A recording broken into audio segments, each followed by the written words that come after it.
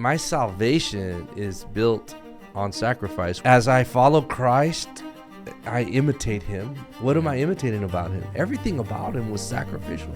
Take up your cross and follow me. Take up this instrument of sacrifice, of death, and follow me. I think all men need to understand that we were made to be sacrificial. He said, present your bodies as living sacrifices. Inside of every man, he wants to do something great. The question is, are you ready to pay the price to be great? Fatherhood Foundation Podcast, episode 2 of 2026. How you doing, Pastor Robert? I'm doing great. Good to be here. Good. Good I'm to glad. be talking again. You got the cappuccino? I got the little bit of, yes. It's black coffee, actually. But in it's all Jesus' good. name. I think Jesus would have drank coffee. What do you think? I don't know. Yeah, I think so. I think so, you know. Black. Black Just coffee. no sugar, No cream. cappuccino. No none of that? cappuccino. Oh, no Starbucks line? No, I don't think he would have waited. No, so excited to be on this podcast. So, you know, we finished episode 1, episode 2. What is on your heart right now? What do you want to talk about today? I think that today, we've been talking about men and trying to understand where men are and how do we help men become better men of God? How do we help them become fathers? And one thing that's really been on my heart this year, 2026, beginning of the year, is the idea of sacrifice. And God's really just been setting my heart on this term sacrifice, because the entire kingdom of God, just the entire word, is really built on sacrifice. I mean, my salvation is built on sacrifice. When he asked Peter the question, who do you say that I am? And Peter said, you are the Christ, you are the Messiah. He was basically saying, you are the sacrifice. And then Jesus tells him, you know, flesh and blood didn't reveal that to you, but my Father who's in heaven. And he says, and upon that revelation that I'm the sacrifice, I will build my church. Right? Yeah. So it's kind of interesting you say that. It's like that you are the Messiah. The way you interpret that is like you are the sacrifice. You're the final lamb. And I think like you kind of missed that part because you think it's just the answer, but it's really the sacrifice. Right. Yeah. Right. So tell me more about that. So it made me really just stop and think like, man, so the church was built on the sacrifice of Jesus. And I think we would be remiss to think that God I started to really just look, God is really looking for me to become sacrificial. I was made in his image, in his likeness, to have dominion. As I follow Christ, I imitate him. What am I imitating about him? Everything about him was sacrificial. Everything about Jesus was sacrificial. He said, I didn't come to be served. I came to serve. He died on the cross. He was sacrificial. He was always looking for he was always a giver, you know? And it just made me really just stop and think like, man, wow. Like as a pastor, pastoring a church, I'm thinking I have to lead my people to a place where they're stretched and they understand that they have to be sacrificial. So first, I have to be sacrificial personally. But in the church, if we're not leading our people and our men to learn sacrifice and to be sacrificial, are we really going anywhere? Right. Because it's in the process of sacrifice that growth happens, that I die to myself. I mean, the whole thing of like, take up your cross and follow me. Take up this instrument of sacrifice, of death, and follow me. That means that I got to begin to sacrifice things. Like in my journey with Jesus, like, you know, I give up my addictions and my things that I used to like to do that don't line up with his word, right? Yeah.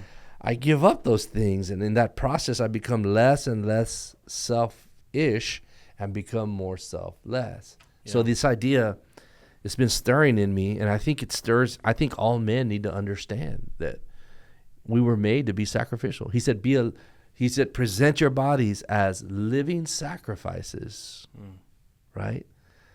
I mean, I think that's even harder, right? Because I at think least so. if you're a dead sacrifice, it's over. It's a wrap. But a living sacrifice is like over and over and over again. Yeah. Like stay alive, but keep dying. You think about that. And so I just find it interesting that God is, that theme is in the scriptures. Where did you learn how to be sacrificial? At church. Okay. I think I was the most unsacrificial guy and selfish guy that you could ever meet. Yeah. I come into church and all of a sudden they're like, think about this. Like you come into church and they're like, hey, today I don't want you to serve in the kids ministry. I'm gonna need you to sacrifice. Today I don't want you to sit in the sanctuary. I want you to serve in the kids ministry. So I want you to sacrifice your want to be in the main sanctuary, and I want you to come take care of the threes. Didn't you tell me that every time they had like a guest speaker and every time they had yeah, brother. I think they did that on purpose when I first came to church. When I first came to Powerhouse, I'd be like, they'd have some guest speaker come in, and I'd be walking into the church like excited, like, oh man, I'm gonna hear this dude. It's gonna be great. And they'd be like, oh, hey, Robert, you're on the schedule for the threes. I'm like, bro, really? And then all of a sudden, it was like every time. And then, your flesh starts like, bro, they're just picking on me like I'm the new guy, and I never say no. So they're just like, put Robert on it. He'll do it. He never says no. Such a good attitude. You have a great attitude. He's gonna be fine. Yeah. And so, like, you get it. The enemy starts playing tricks on you. You start thinking, they're picking. That's not right, Yeah. Yeah, I think you shared that you and Miss Yolanda would always be in the kids. We were. I forgot about that, but that's true. I mean, I it's probably not true, but it seemed like that's what it was. So if that's happening to you at church, have good news. God has good plans for you. That's right. Just serve. Yeah. But like when you come in, like I was saying, that when you come into church, you start by saying like, okay, I gave my life to Christ, so now my Sundays are dedicated to Him. So the first thing you do is you sacrifice a day of the week to gather to hear from Him, right? That doesn't even sound like legit sacrifice because that's not a lot. But it's like when you start somewhere. So right. The first thing is I come on Sunday, and then I come on Wednesday and Sunday, right? Then I start coming on Wednesday and Sunday, and then I start saying, like, I'm going to help with the kids, or I'm going to help with this ministry. Then I start tithing. I start contributing financially. All of it is just making me sacrificial. More and more and more and more and more. Making me look like Him. Right? Because the 10th is set aside, and when you give financially, you give it to the church to help others. Right? When you serve, you're helping, you might not even have kids in there, but you're serving. All of it is geared to service. We have a lot of churches all over the world, right? We have churches, we work in, and I was with one group in Mexico the other day, and the church in Katy, in Houston, took up an offering, and we went into Mexico, and we served 10,000 kids. 10,000 kids. Because the church in Mexico, it's a newer church, and they didn't have the funds to do it. So the sacrifice in Houston, Katy, Texas, served these kids over there. And the Holy Spirit just showed me, and I had this conversation with the pastor in Mexico, and I was like, look, I'm not trying to make you feel bad at all, but I just want you to understand that the work that was done here was done on the backs of the sacrifice of people that are not even from here. And I said, but I have good news. God wants to do something with the people from here. Right? And the mindset will be like, well, we don't have a lot. It's not about how much you have. It's just, are you willing to sacrifice? What do you have? And will you be sacrificial? Because these people over here, they were sacrificial. Right? And so I think one of the things that we got to break over people's mind is like, well, I'm in a third world, or I don't make as much, or I don't do this. It's not about the amount. It's about the sacrifice. Even with the widow with the mites, when she gave her two coins, Jesus said she's given more than everyone because she gave all she had. So her sacrifice was greater than everybody else that gave into that box. And he marveled at it and pointed it out.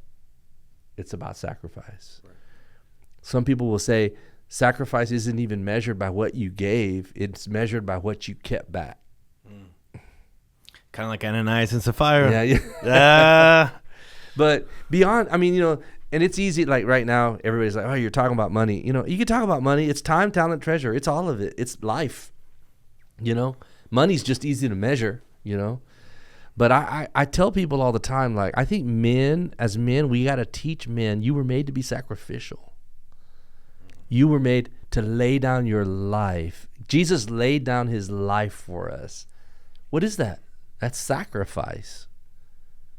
He was the sacrifice for me to have access to God.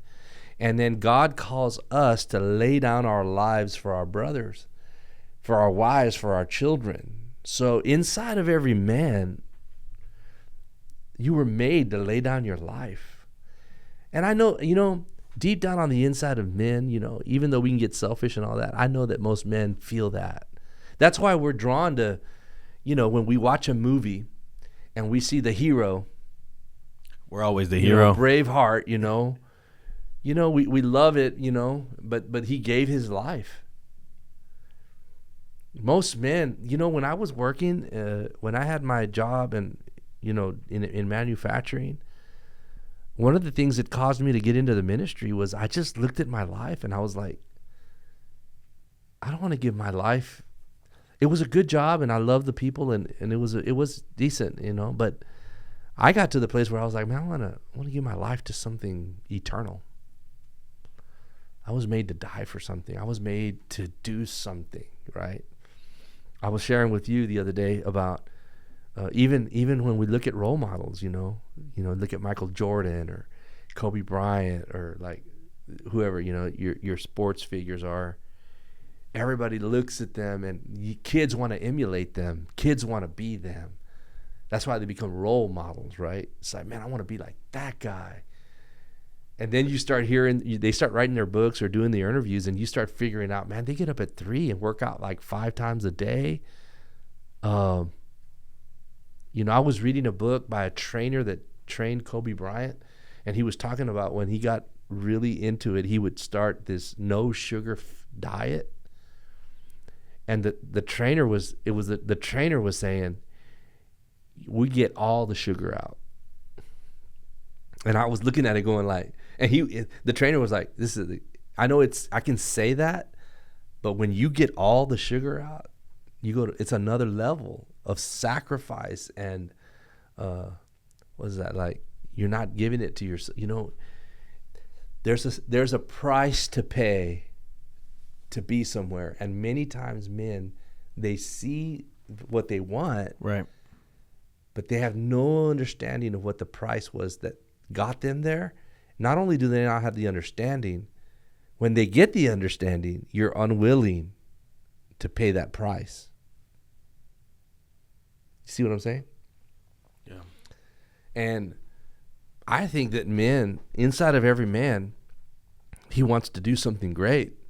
The question is, are you ready to pay the price to be great at something? Right. Right? If you're going to be a great salesman, you got to pay the price. That's true. To be a great salesman. Right.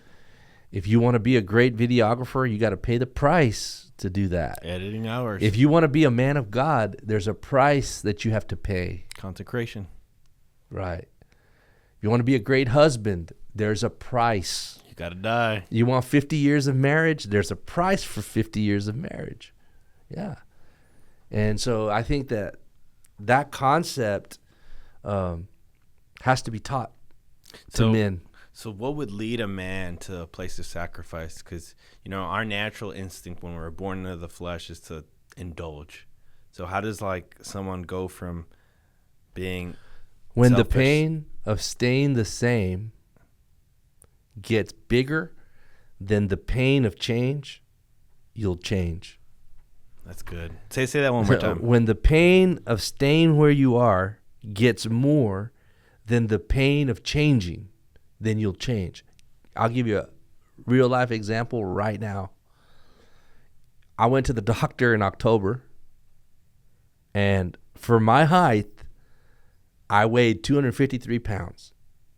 And I did my blood work, and I didn't really get bad blood work. But what really blew me away was I've never weighed 253 pounds in my life. And I'm 56, and I looked at it and I go like, man, if I keep doing what I'm doing, this is not, and actually, like, I had a hard time just kind of watching my videos, because I'd be like, holy cow.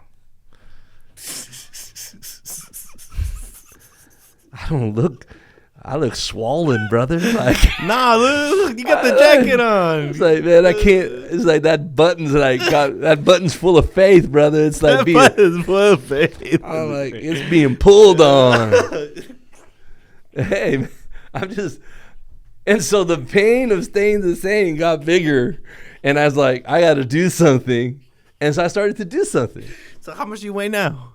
I'm down, brother. 230. 230. Yeah. Come on now. Yeah. But, and it's true. When 56, you do it at the table, brother. Yeah, really? And there's a lot of sacrifice happening. Yeah. There's a lot of driving by and going like, man, I really want, a Whataburger. Right. And you're like, man, no, I ain't gonna do it. And so what is that? That's the cost of it. The cost, right? Like, if you want to be disciplined, there's a sacrifice involved. So what I hear you saying is, like, everyone sometimes misses the mark for being sacrificial because they look at the big picture. But if I take your example, it's sacrificial is small sacrifices at a time. Right. Yeah, it's like that. You just reminded me of that book, and I don't know if giving there's a book called Atomic Habits. Okay. And that whole book is kind of centered around the compounding effect of small 1% changes of your life. It's got a lot of truth in it. I would recommend that book, actually. And that book talks specifically about how little things have it changes things in the long run, big. Yeah. And he actually talks a lot about in that book not being so goal oriented as much as being systems oriented, like process oriented. Focus on the system, focus on the changes, on the smaller parts, and the goals will come. A lot of us will focus on the goal, right?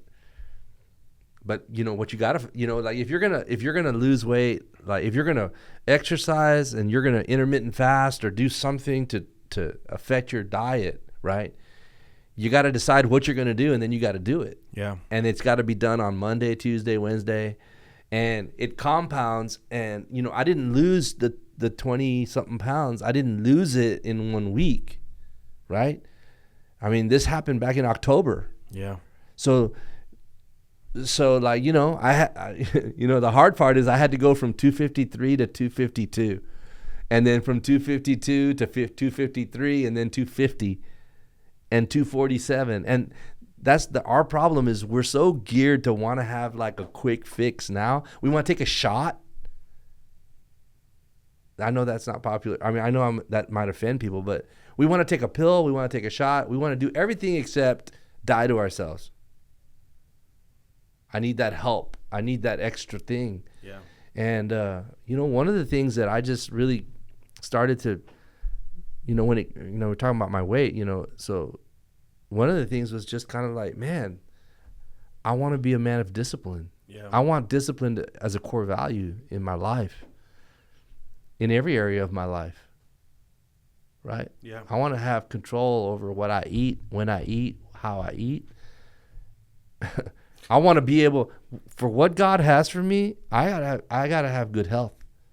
And none of us know the day or the time that we're going to leave here. And you know what? You can take care of your health all day long, and something can happen, something can come your way that you didn't have a clue, right? Yeah. But outside of those things, if it's up to me, what am I doing? Right? Yeah. We use that as a justification to not have discipline, right? It's my days. You're going to work out and you're going to die anyway, or you could get sick or that. Right. Well, barring that, what am I doing to extend the life and the privilege of life that God's given me to accomplish what he has for me.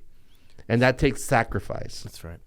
So, the thing about sacrifice is like when you get down the road and you got to give your life for the gospel,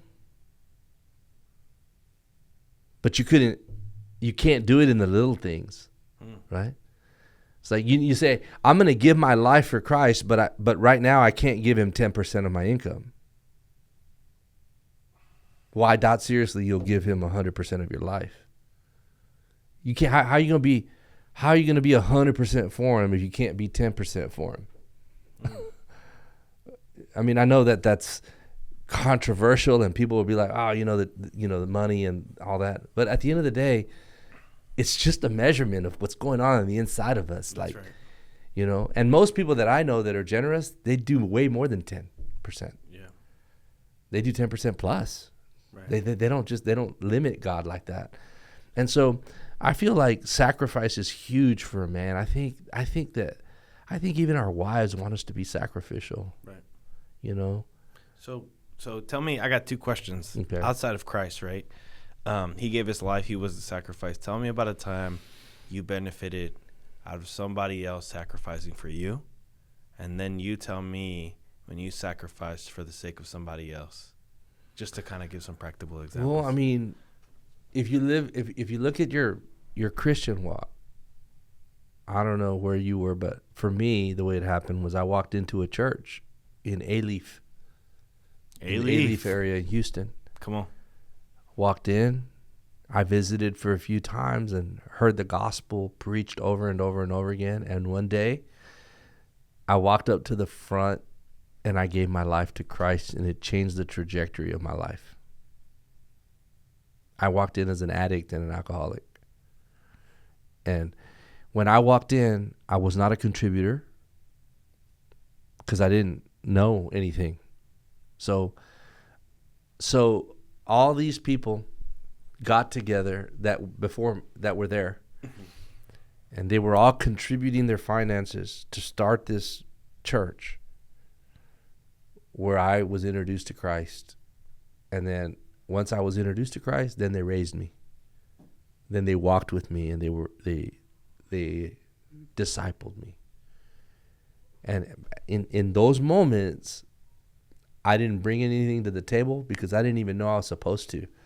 Do you understand what I'm saying? And to be honest with you, I probably didn't have the heart to bring anything anyway. It probably would have been a deterrent if they would have said, like, hey, you need to bring something. I would have been like, that's what I thought. Right? But they just received me where I was, how I was. Right? And then so that's one example of like, I came in, somebody else sacrificed to start that. But yet it changed the trajectory of my whole life, my relationship with God. To now, like the other day, the Lord's like, even though I pastor the church, I pastor the church and I direct and I help with the direction of where the funds that come into the church go. There are times that the Holy Spirit speaks to me specifically and tells me, Robert, I want you to pay for this. And so I'm able to take what I have. And so because sometimes, in the ministry, you're directing resources and you're thinking like, I'm doing it. But it's really everybody that goes to that church that contributed, it's their money. It's the tithe and the offering that come into the church. And all I'm doing is distributing it. And if you're not careful, you take credit for like, I gave this to this. No, you just distributed everybody's sacrifice. And every once in a while, God, not every once in a while, God expects us to be a contributor too, as a pastor. And so I thank God that God has challenged me in that area. Yeah. And when I'm blessed, God will challenge me and he'll say like, hey, I want you to take care of that need. And then I gotta write that check. And for me, it's awesome because then I feel like, hey, I'm part of this thing too. Right. So I'm not asking anybody to do anything that I myself won't do. Yeah. And I think that's so important in the ministry, especially when you're leading the ministry. And it's so important for your family. Like, when you're asking your family to do things, right? If you tell your family, hey, I don't want anybody eating out, and then you show up with a bag, or they get in your car and there's a Whataburger bag in there, Jeez, patty melt, and everybody else has been sacrificing and you're not, it's like that's a simple example, but you gotta mean what you say and say what you mean and mean what you say. Right. I think that's one of the biggest things that causes friction is when we'll sit and tell everybody you got to sacrifice, but we're unwilling. Right. So I feel like sacrificing is important, and understanding that there's a price for greatness, there's a price for everything. With my kids right now, one of them is in college, one of them is trying to get her RN, and I tell them all the time. I mean, and they're I don't even have to tell them because they're living it. They got to take tests, take classes, go to school. And I always tell them, I was like, anything worth having, you're going to pay for and you're going to sacrifice for. That's good. And down the road, you'll look back and you'll be like, man, I sacrificed for this, and I did this. And I feel like that's what gives, for men, we're called to be sacrificial. Yeah. We're called to lay down our life. What does that look like practically? I think that we need to teach men. This is where it starts, right?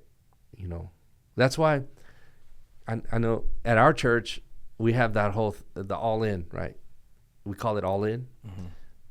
You attend, you serve, and you tithe. If you want to be all in, that's what an all in member does. Yeah. Right. Now, that's the beginning, right? But it's a beginning. Yeah. So before you go lay down your life, can you show up every Sunday? Can you serve in a capacity? And can you give a tenth? Yeah. Let's start there. And let's get that down. And now you're on the road to becoming sacrificial. And it's not the end. There's going to be times down the road where God's going to require more than a tenth, right? More than your serve, and more than a Sunday.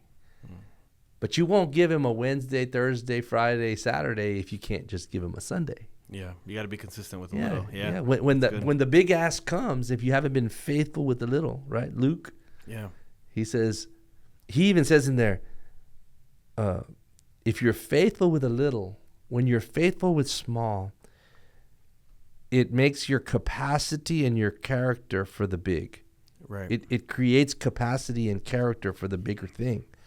He even says in there, if you cannot be trusted with worldly wealth, how will you be entrusted with the wealth of heaven? That's what the scriptures say. So it goes back to like, if in this world I've given you the ability to make what you make and have what you have, and you cannot be faithful to God with it, how will I entrust you with what I have for you that's kingdom? That's good. And so every man has to examine themselves against those scriptures and say, man, am I being faithful? What do I have? I tell people all the time, what do I do, Pastor? I was like, well, what's in your hand? Yeah. What do you have? How can you be faithful with what, because a lot of people were like, man, if I had it, I'd give it. Not really. It's like, what do you have? Well, I don't have any money. What do you have? What's in your hand? What do you have?